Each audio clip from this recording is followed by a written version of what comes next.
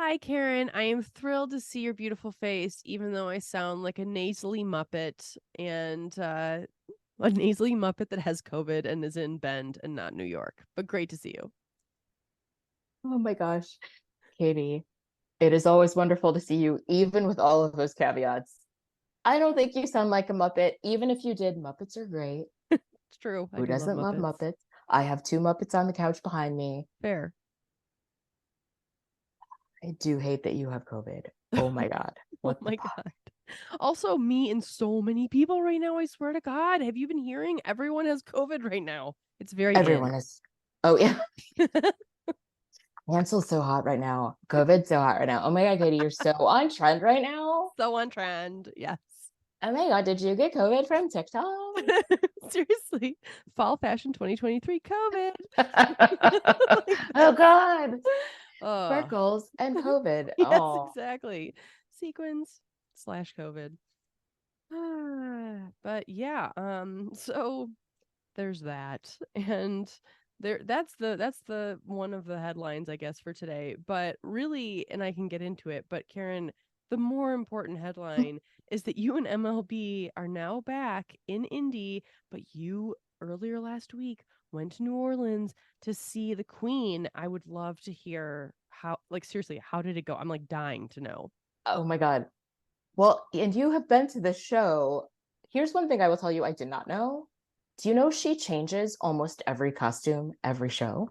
Oh my God, no. I've seen a lot of costume changes on Instagram, but I'm like, are those every single, like, that's hundreds, if not thousands of like the Of costumes. fanciest costumes I've ever seen in my life. Exactly. She did 56 shows. And there was a New York Times article over the weekend about the financial impact of Beyonce, which I was fascinated by. So the estimate is $4.5 billion with a B is her financial impact, the financial impact of this tour on the United States economy. Unbelievable. That is so incredible. Also, she should be winning a Nobel Prize for that figure right there. Yes, exactly. Oh my God. So, all right, anyway, yes, I feel like there is my life before the Beyonce show and my life after the Beyonce show. It was Yes. just that seismic a shift in my life. Like BB before Beyonce and AB after Beyonce. So DB during Beyonce. So how was it? Oh my gosh. I mean, it really is like just makes your like all of your senses just like heightened. Oh, Right? And I feel like I've been saying this so much that I always was anti arena shows. mm-hmm. Like if an artist I loved was coming to town but was at like the United Center or the whatever, I just wasn't interested in going. Like I'm not an arena show girl. Yeah. And then I saw Lizzo, who we no longer speak of, at an arena show, and I was just like, "Oh my God, this is amazing!" Right?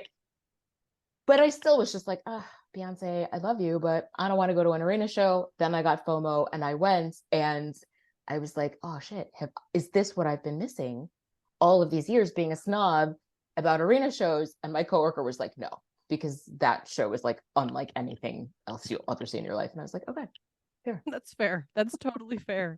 Because it didn't even matter where you were sitting. It was like, I mean, I can only say that from like the fact that I was on the floor seat, but I would imagine anywhere. I mean, my sister was in the nosebleed seats. She said it was unbelievable. Like, how were your and MLB's seats? Like, what was it like walking into the show? Was everyone in glitter? Like, the two of you looked incredible. The pictures I saw on Instagram. Thank you. Thank you so much. What's hilarious is that our seats were uh, 10 rows up from the back of the Superdome. Oh, Like the wow. wall of the Superdome was like no more than 10 rows behind us. Like we were as far as you could possibly go, Yeah. but still incredible. I mean, I really, as scary as it was to climb all the way up there, like it really was awesome to be able to look out at everything. Of course, they have the huge screens. Of course, like you said, walking in there, yes, everyone is like in sparkles. And the other piece of it that was really fun is like being in New Orleans. So we landed Tuesday, the show was Wednesday. Everybody, and we flew Indy to Austin to New Orleans. Everybody on the Austin flight was going to the show. Really? Oh yeah. Like, and that was like everything that everybody was talking about. And so it was like New Orleans called it the Beyonce bump. Like there were like thousands of people not from New Orleans who came into New Orleans for that show. So Wow. much fun. Oh my gosh, you're just like walking the streets and people are wearing glitter, or if they're not wearing glitter, you still know that they're there for that. Oh yeah, they all had t-shirts. Oh yeah. I will admit that I did refuse to pay $55 for the t-shirt, but That's exactly how I felt. I was like, do I want to spend $55 like that? I was like, damn, that's a lot. oh my God, but you were on the floor. That's incredible. Yeah, I mean Oh my God. it was amazing, and it was just like, but the merch, I couldn't do the merch. I didn't do I was shocked actually. I was like, if there's any show I'm going to have I'm going to buy some merch, it's going to be the Beyonce show. And then I'm like, like I was No, like, no, no. not for $55. No. Oh my gosh. I mean, but her set list and the dancers and the pyrotechnics and like what did you think of one thing that got to me was, and I would love to know how you felt about it, was like in between songs, like the video, or what would you even call it? Like the messaging around what she was trying to get across on that huge screen. Like it was just so impactful. I thought it was just, it's hard for me to describe. How did you feel about it? That is exactly how I felt about it. Like it is this like full experience of like not just seeing a live show, but seeing the video and the movies. And like I feel like they really, yes, created this whole story that wasn't just what was happening on the stage. And it was between the right, it was the costume changes. I mean, I don't know how many costume changes she does. Maybe is it 7? Oh, I don't even know. It seems it's dizzying to me. Yes. Yeah. So that was amazing. I agree. And I will say the only time I turned to MLB and was just like, oh, I wish I was in Chicago for this was all of the house music. Like when the percolator came on, I was like, oh, I really wish we were in Chicago right now. Because I'm sure the Chicago crowd lost their minds I'm at sure. all of that old school house. And I feel like the people of New Orleans, not so much. Not so much. Yeah. I So mean, much. that's so amazing that the two of you got to go. What about the mute challenge though? How did that go? New Orleans, I feel like was quiet, but didn't wait for her to come back on to start screaming again. So I feel like we lost. Oh, yeah. You have to Yeah. wait for her. I realize that after the fact, but it's so hard to wait because she waits a long time and you're like, "Oh my gosh, but I'm so excited." Exactly. Like, oh my God, we won. Yeah. On Instagram, I claimed that New Orleans won, but deep in my heart, I know mm, we did not. yeah. And she's done now, right? Like the show is Yeah. over. The last show was Sunday. October 1st was the last show in Kansas City. Wow. And I heard that her documentary about the tour is coming out on December 1st. I've already been texting a friend of mine here in Bend that we're going to dress fully up with our sequins at the AMC Theater in Bend on December 1st. I mean, I would hope that a bunch of people are going to come to watch it. It's going to be in the theaters. I was like, that's amazing. It's going to be an I event, I know. hope. I hope so too. Oh my gosh, you're right. All right. Yeah, we got to get ready for that. We got to get ready. Right? I mean, also though, Karen, like you and I were on the tail end of her tour. Are Yes. our shows going to be on the tour? Like I would imagine that she knows that people are going to watch the show thinking like, am I going to see the show that I was at? Like I want to see the show that I was at, you know? Yes. I know. How do you incorporate, especially if the costumes were different? Yes. Like every single time. Like I guess there were a couple that were the same, Yeah. but for the most part, she changed every time. Right. I don't know. I don't know Oh, how you do that. She's got 2 months. I know. She's got to figure it out.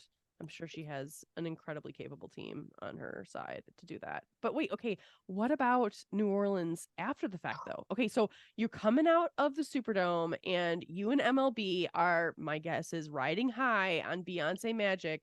And then what happens for the next several hours slash days? So funny you asked that because while we're sitting there waiting, and she came out really late for our show, fine, but we sat there for quite a long time Oh because I made no. us get there early. So I was like, we're going to go out on Bourbon Street after this. And then it was like, let's see how we feel. So that show, and we went on Wednesday night. That show didn't end until after midnight. Oh, whoa.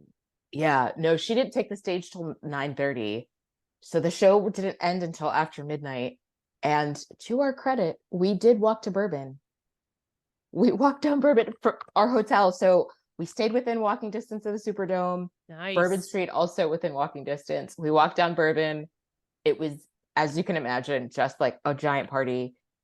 We walked to Willie's Fried Chicken and then walked back to the hotel and had a drink in the lobby. And the lobby, it was supposed, I don't know if they stayed open 24 hours or not, the bar in the lobby Yeah. as advertised, but we got drinks at 3 a.m. Oh my God, that's on a Wednesday. Yes. Living your best lives. That's amazing. Beyonce Hurricanes. themed drinks. Well, Oh, Beyonce themed drinks in the hotel lobby. Yes. yes. That is so wonderful. Oh my gosh, Karen. That sounds like such an amazing plan. I love that the two of you went out, even if it was in your hotel bar. Like, that's fantastic. I'm sure there were other Yes. people in the same hotel that were Oh, yeah. like living it up. Yeah. Oh, yeah. Yes. After going to Bourbon Street. And the other piece of that trip, I mean, like there were so many things about that trip that were great, but MLB loves Corinne Bailey Ray, Oh yeah. who played Tuesday night in New Orleans. What? Oh my God. Right. The day we landed. So we went to that show too. That's fantastic. How fun is that? Did you know that going in? We knew Sunday. And Okay. I was like, let's not buy tickets yet. Let's go to the box office. And it totally worked out to wait till the day of to buy the tickets. And oh my gosh, that was a very weird but wonderful show. Oh. It is like she plays her entire new album, Oh. and only the last song was a previous song. So if you don't like the new album, it's a little dicier. But the cool thing is that the new album is entirely about the Stony Island Arts Bank, which is an arts archive and event space in Chicago, on the south side of Chicago. Oh my gosh. That's I know, amazing. it's so random. It was so surreal to hear Corinne Bailey Ray in her British accent in New Orleans talking about Chicago. It was like, what is happening right now?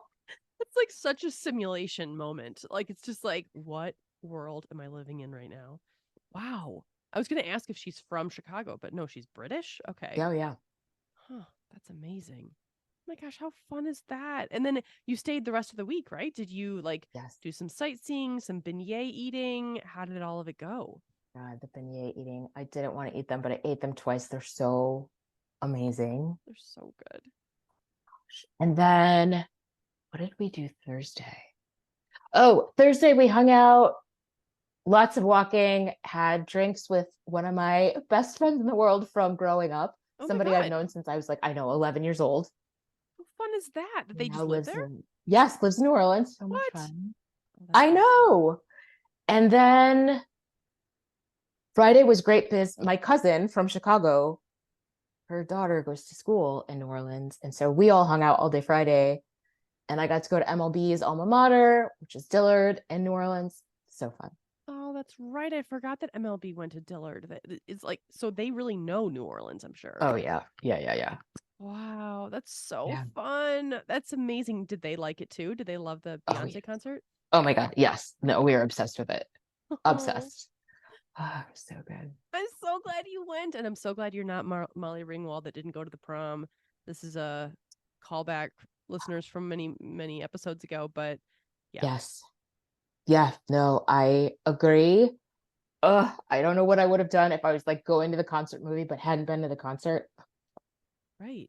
So sad, but also so wonderful that the two of you got to go down there. I'm so happy for you. And how great that you only had like a 1 day work week last week. I know. Oh my God. Bonus. So Wow. yes, thank you. Yes, I mean, I wish I could tell people like definitely go see Beyonce, but you can't now. But you can go to the concert movie December 1st. Yes. Yes. Not sponsored, but we would take your sponsorship money, Beyonce. Anytime. Not that you need it, but that you need to like pay me anything to talk about you. But yeah, no, that's awesome. That's so great. Okay, so for those who listened last week to our podcast and heard that you were on your way to New Orleans and I was sitting in my New York City hotel room, very excited about being in on the East Coast for a week and a half, basically, long story short, I didn't end up staying in New York. I did go to the West Village. I had a couple nice days where I was like bopping around and went to a great dinner alone. But then I started feeling crappy, and then I started feeling really crappy, and then I flew home. And so that, like, yeah, I mean, I feel okay, honestly, even though I sound super nasally, but I just, I mean, COVID, like it kind of dovetails into our topic today, which thanks for being willing to talk about it, Karen, because basically the topic of like when things don't go to plan and it's okay, like I will tell you that the reason why I thought of this topic was because I travel quite a bit, but there really has not been a trip in the past, I would say 2 or 3 years, that I have been as anxiously anticipating as my trip to the West or to the East Coast. Like I Um, have had multiple physical folders, like file folders that say New York City on them. I've put like New York Times articles in them the past 6 months, like, oh, I have to go to this restaurant, I have to go to this show, like I can't forget to get tickets to this preview, like, oh my gosh, I might be able to go to this dance event. And then I have like notes in my notes app, and I'm like, oh, Chelsea Handler's playing on the 30th. Should I go? I don't know. Da, da, da. And then of course I plan, excursions with friends who live on the East Coast, and everything just blew up. Like it was just oh my was one God. one of those things where I had a great time with my family and Tyler when they were there. And then what's interesting though is like Thursday morning I woke up and I was like, I'm calling it. Like that's it. Like I'm really sick. I can't stay here. Like I know that I have to go. And it was one of those things that I don't know how to describe it other than like feeling like I was like on a moving walkway in an airport where I felt Mm. like, okay, the next step is to get on the Alaska Airlines app. The next step is to rebook my flight. And I did it. Like I was so grateful. And the entire day I felt zero remorse about losing out on that week in New York. I really did. Like I not only did I not care, but I was actually happy that it happened the way it did, even though I can't say I'm happy that I had COVID or I have COVID. But like, it was interesting because I was texting Tyler and I was like, hey, I'm going to come home. I'll get a cab. I'll be home at 1 a.m. Da, da, da. And he's like, I'm so sorry. He's like, I know how excited you were. Like, he was feeling so bad for me. And I was like, honestly, I'm good. I'm like, I really am. Like, New York is going to be here when I get back. Like, it's totally fine. So I come home. I'm able to get the flight. I fly home. I have a really nice cab driver, yada, yada, yada.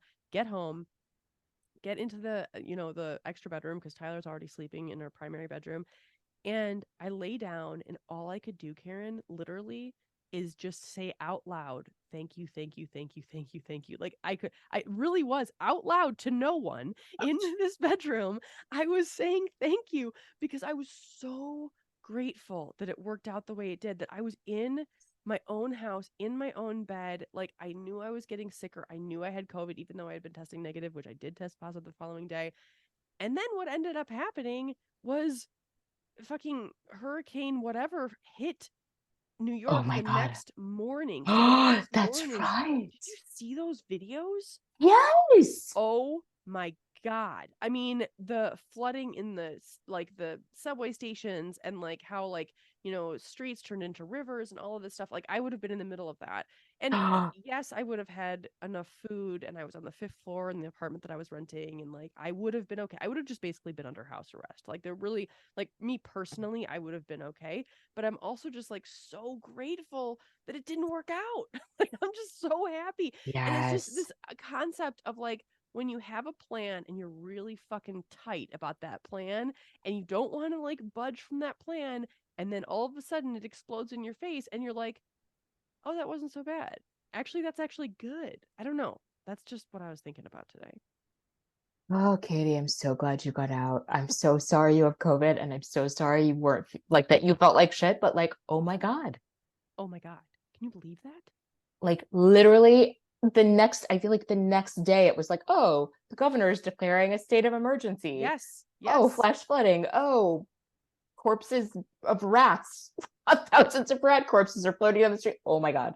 Yeah. No, seriously. And I was in lower Manhattan. So it's like I would have been right where it happened. Like a friend of mine lives on the Upper East Side, and I was like, "How are you doing? Are you okay?" And she's like, "It's not really affecting me as much." But I mean, I was like, "No, no, no! I would have been in the middle of it, and like it was happening literally, Karen, while I was sleeping in my bed. Like, it was like the next morning, Tyler's like, well, you're really lucky you're not there. And I was like, well, what are you talking about? Like, I'm happy I'm here. And he's like, no, no, no, you don't understand. Because I, by the way, woke up at noon the next day. And like, because Pacific time, Yeah. of course, Yeah. Yeah. because Yeah. I was sick as hell. But yeah, no, I mean, it's interesting because I just feel like there's this thing that I'm like noodling around in my head of like when you make a plan, even if it's not just a plan for a vacation, but like a plan for your life. I mean, I'm going to say like, you know, what like for example, I probably have talked about this on the pod before, but I remember when I was like young, like 10, 11, I used to tell my brother Eric that my life was going to unfold as follows. I was going to get married at 24. I was going to have my first kid at 27. I was going to have my second kid at 28, maybe 29, and then I was going to live, like off into the I don't know, like wonderfulness of life and who the heck knows. And he really like listened to me and he was just like, I can't like, okay, I don't know what my plan is. And like, poor kid, like, I mean, I have no fucking idea what I was talking about. But like he now to this day he's like, yeah, that didn't, I mean, he doesn't like make fun of me in any way, but he's just like, that really, I remember when you had such a plan. And yeah, what my plan was is like, yeah, I did get married when I was 27. I get no 28, Hmm. but then I didn't have a kid. Oh, and I also got my uterus taken out when I was 41. So that wasn't really part of the plan. Also, I'm okay with it. And so it's like, and people who like get divorced and they definitely that wasn't their plan, and I'm not trying to say that divorces are good, but like whatever, for some people they really really are, and like maybe they don't realize that they're really good until years down the line. But anyway, I'm just going to stop talking because I would love to hear your thoughts about this. I love this topic. And I love hearing your description of it and the way that it like can go from a vacation that blows up to things you've planned for your life just not going that way. And like the thing that comes up for me is this idea of just like a sweet surrender. Like, Yes. this is just happening. It is not happening the way I wanted it to. I'm going to do what I can. What can you do? You can book your flight home and get your ass out of there Mm-hmm. and sleep in your own bed. Yes. And there's something, I don't know about you, but I feel like for me, part of the most stressful part of traveling is the prep. Like, I I stress about planning to pack, Yeah. buying the small size shit for my toiletries. And because I haven't traveled in so long, and I haven't been taking flights. I've been driving everywhere, so I can just take everything, right? Like, Yeah. so like Yeah. all of these small details are the things that I like get stressed out about before I Totally. travel, and that I have to like let go of when I actually get there. And I feel like when something sudden happens, it's just like, oh, I I didn't even have time to stress out about that shit. Yeah, totally. That's happening. Okay, well, like, That's so real. But that's such a beautiful surrender moment where it's just like, oh, okay, that wave is hitting right now. I'm just going to go with it and just like la di da. oh my gosh, my coworker. So I have a coworker. Oh, I hate this part of this trip. I have a coworker who lives in Austin who also went to the New Orleans show, and we had these grand plans of meeting up, and it did not work out. Oh no. But I know it's so sad to not be able to see her. But we talked today on Zoom to debrief, and she was saying that she went to the show with her cousin, and doors opened at 7, the show started at 8. Beyonce has typically been taking the stage by 8:30. Yeah. This show, she didn't take the stage till 9:37. Okay, but so but they didn't get to the stadium, they didn't get to the Superdome until 9, right? And my coworker was just like, I'm just gonna let go and let God. I just right, was just like, we're gonna get there, it's gonna be fine. But it was just like so funny. This like, it's very Texan, like, let go and let God. Like, sometimes you just gotta surrender to what's happening. Fuck it. Yes. Yes. Because it like, oh gosh, like your description of this is making me like, oh, I'm like clutching my microphone because like your coworker, okay, you said that she was with her cousin. Yes, and the cousin had bought the tickets. Okay. Yeah. Yes. I think the whole time if I was your coworker, I would have been like, Beyonce's usually on at 8:30. We're missing Oh a my God, half I know. hour of the show. Like that's easily like a huge chunk of my, well, okay, I guess her cousin bought the tickets, but their, purchase price, like, but also like, oh my gosh, you want to see the open, and oh, I would have been so stressed out. That's the thing. It's like, what is Wow. the opposite of that surrender, let go and let God? It's like being a control freak that like does nothing. Like it's like beating your head against a wall, which that's definitely can be me at times. Once in a while, Oh I've yeah. experienced that experience just a few times. Couple, 3 or 4. And what I one of the things I said back to her was like, it's so good. It was a cousin who she loves. But I Yeah. was like, I feel like a cousin in that situation, you can sweet surrender. A partner, Oh no. yeah, no. I am yelling about every millisecond that goes by. It's like, Seriously, a cousin is the perfect person because I even think a friend, like if you were really close friends, you would be so annoyed. And then it's like, but your cousin, you're like, I probably don't see that often. Like it's a unique experience. It's just like, come on, like let's get this show on the road. But really though, you're right. The partner piece, oh God. That would be bad scene. That would be a bad scene.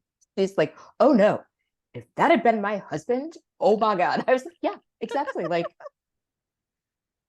ooh, yeah, things just not, they don't go the way you plan them to go. Like you fly to New Orleans for a show and you get there late. It turns out to be on time, but you don't know that you're on time. And there is something like,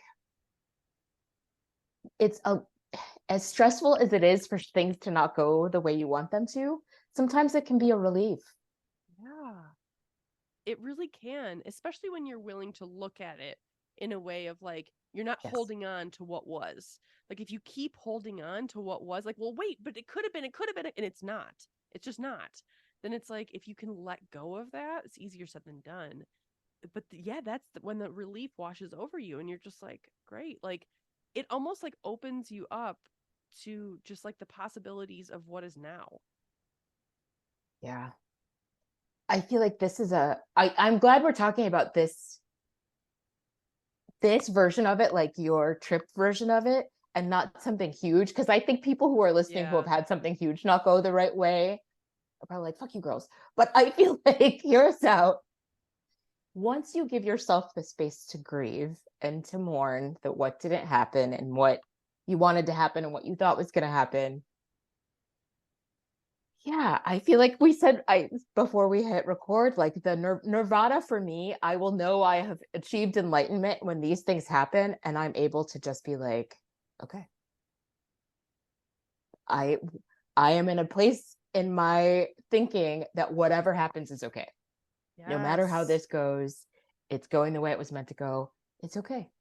That's such a beautiful place, Karen. It really is. And you're absolutely right. For the people who are listening that are like, "Oh no, things didn't go the way were supposed to," and then everything went to shit, and you can't tell me anything otherwise. And I'd be like, "Yeah, okay." Like I just, no.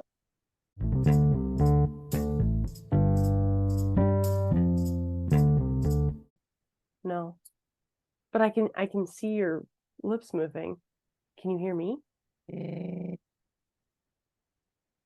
You know. Oh my god, I can hear you now. Yes. Can you hear me? Yes. Oh, Well, what just happened? Why did it change out of nowhere? I have no idea. That was so weird. I didn't even touch anything. Right. Me neither. Okay, wait, but you can. I'm not going to touch. I mean, my microphone's disconnected.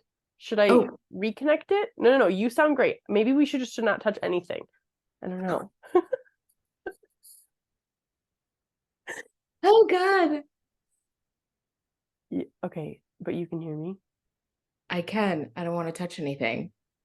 You sound great. I, I mean,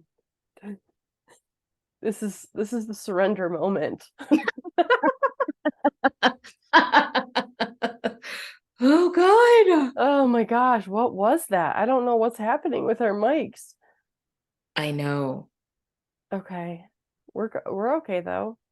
I Okay. mean, this is a great test to our the plan was that our mics were going to work perfectly, what happened is they didn't. And what we're experiencing now is a surrender moment of like, yay. Oh, well. Whew. Okay. Yeah. Well, we're almost at time anyway. So I don't know if I have a ton to add on this topic. I don't know if I do either. Oh, you were saying something really good though.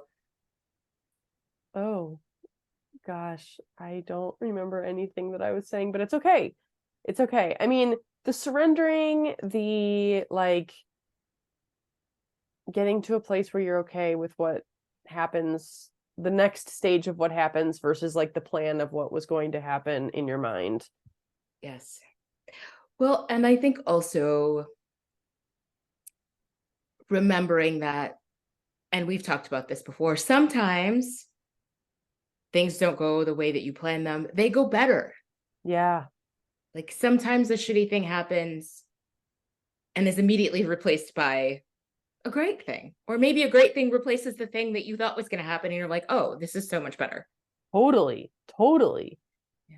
That there are so many examples of that. Like I feel like for both of us for sure, but I'm sure with so many lives. Yeah. Yeah. So listeners, if you're in a space where you're like, God damn it, this thing is not working out, you never know.